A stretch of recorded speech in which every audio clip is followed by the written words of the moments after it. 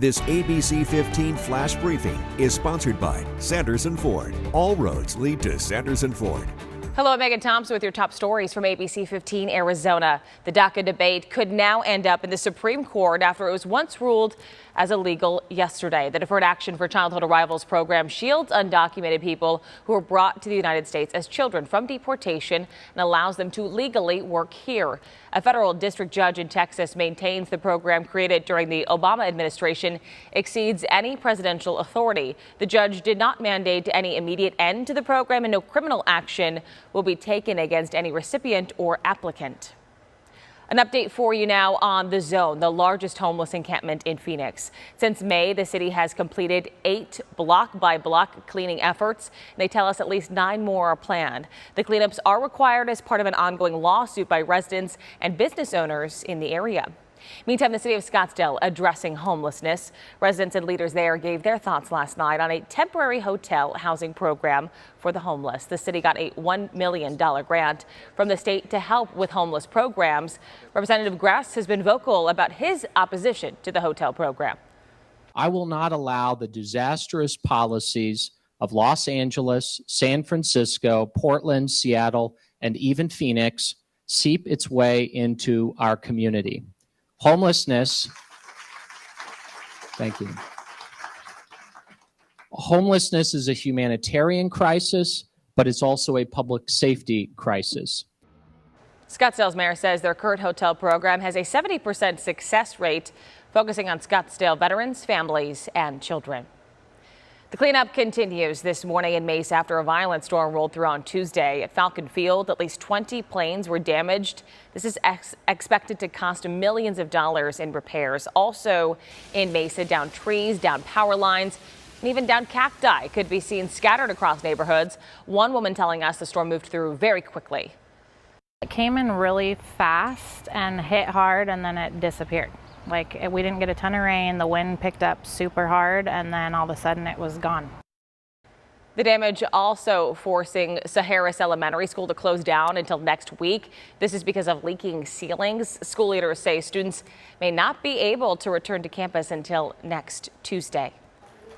New data by the Labor Department showing consumer prices rose 0.6% last month and 3.7% over the last year. Energy costs were mostly responsible for the increase.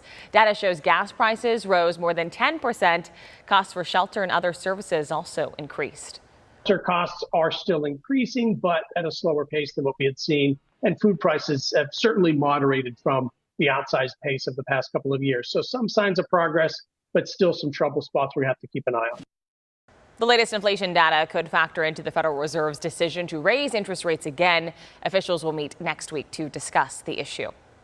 The future of our Air Force is ready to lift off in Arizona. The first of 10 electronic warfare aircraft have arrived at Davis-Monthan Air Force Base. These specialized planes that can jam signals, leaving an enemy unable to communicate, will become a major component of future missions out of Tucson.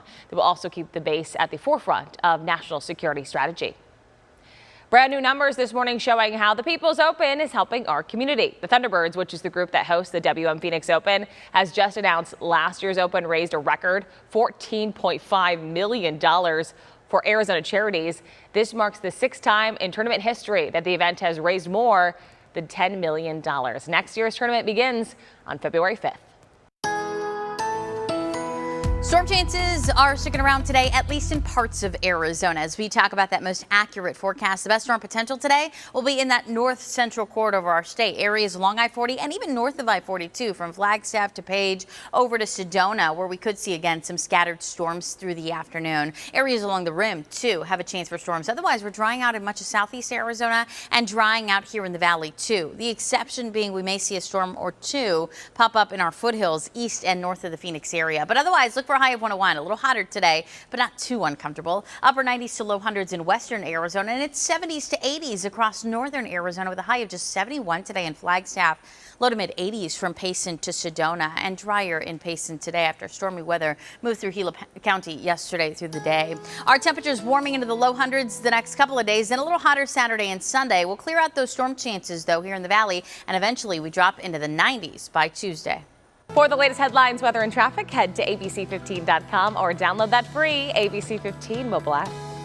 This ABC15 Flash Briefing is sponsored by Sanderson Ford. All roads lead to Sanderson Ford.